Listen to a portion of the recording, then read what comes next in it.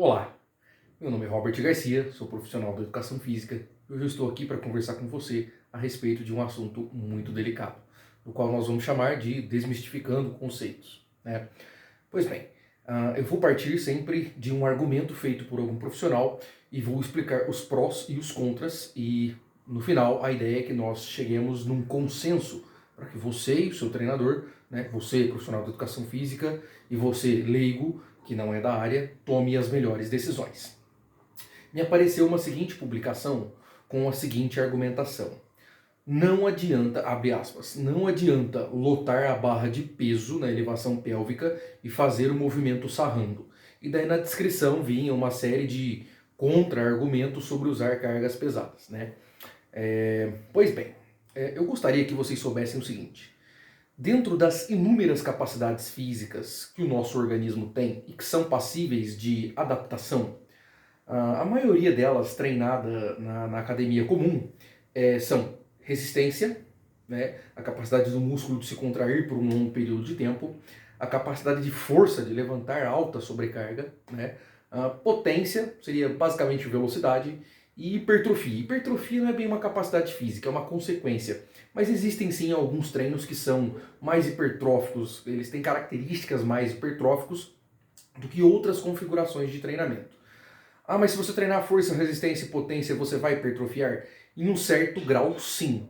Mas isso não é tão grande, pois senão você teria pessoas treinando de qualquer forma e todo mundo seria grandão. Pois bem, onde eu quero chegar com isso? Eu, Robert, sou adepto das competições de powerlifting, de levantamento de pesos básicos, que consiste, por exemplo, em um dos movimentos a ser realizados, é o levantamento terra. E no final do levantamento terra, nós temos, para que o movimento seja válido, por exemplo, nós temos o que a gente chama de lockout. Seria a finalização do movimento. Consiste em glúteos contraídos, né, e ombros projetados para trás, né, de forma que você não demonstre isso aqui, né, falta de domínio com a sobrecarga. A elevação pélvica, nesse caso, então o levantamento principal seria o levantamento terra, seja ele sumô ou tradicional, e a elevação pélvica seria, por exemplo, um exercício acessório. Eu, Robert, não faço elevação pélvica com finalidades hipertróficas, por mais que ela vá hipertrofiar. Nós fazemos elevação pélvica no intuito de treinar a força que os glúteos têm para contribuir para essa extensão final do movimento, esse lockout que eu falei para vocês.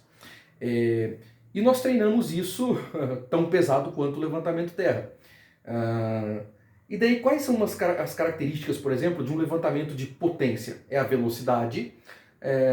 Você, por exemplo, também, quando você não é acostumado, em qualquer exercício que você coloque uma sobrecarga um pouco mais elevada, você vai ter a amplitude parcial.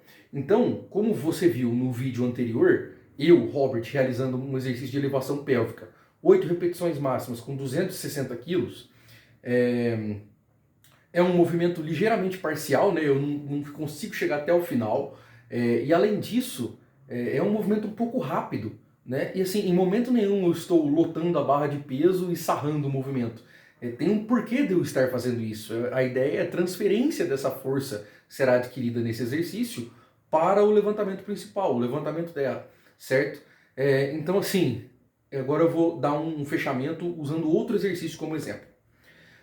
Para o mesmo indivíduo e um mesmo exercício, por exemplo, o supino reto com barra, né? O supino reto, 3 músculos gerais ele trabalha, peitoral, deltoide, tríceps e outros, mas no geral são esses.